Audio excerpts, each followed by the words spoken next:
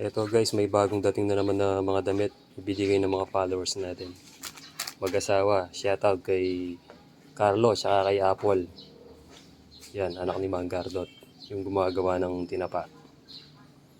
Dami oh, mabigat nga eh. Buti na lang naka-plastic, umuulan. Ibibigay natin sa mga katutubong tayo mga idol. Maulan guys, maulan.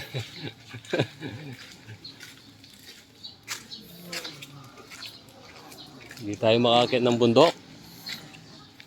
Sipag ni Consyal, oh.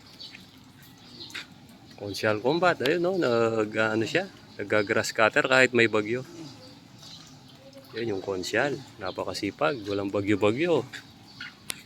Naglilinis ng ano, kapaligiran ng baryo. Maulan mga idol, hindi tayo maka-diskarte. Hindi tayo makakit ng bundok. Yun, nagtanim-tanim na lang ako dito sa harapan. Sili. Para hindi na tayo lumalayo. Siling mahaba yan at saka Taiwan.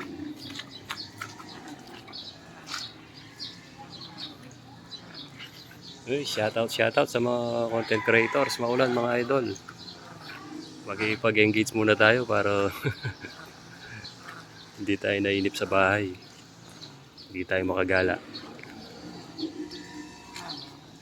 Yan, sino kayang kasama ni Consyal Combat? Kanina pang umaga yun eh. Basang-basa na oh. Ayun yung Consyal natin, oh, napakasipag. Mabilis lumaki yung ano eh, yung damo kasi umuulan.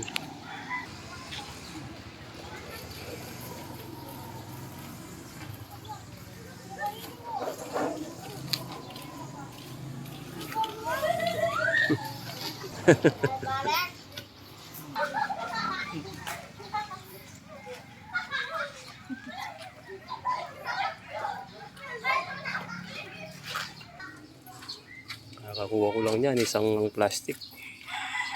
Oh, may bunga na naman. Lagyan kita para kanya pa bunga. Wala pa, black na half kami. Dapi.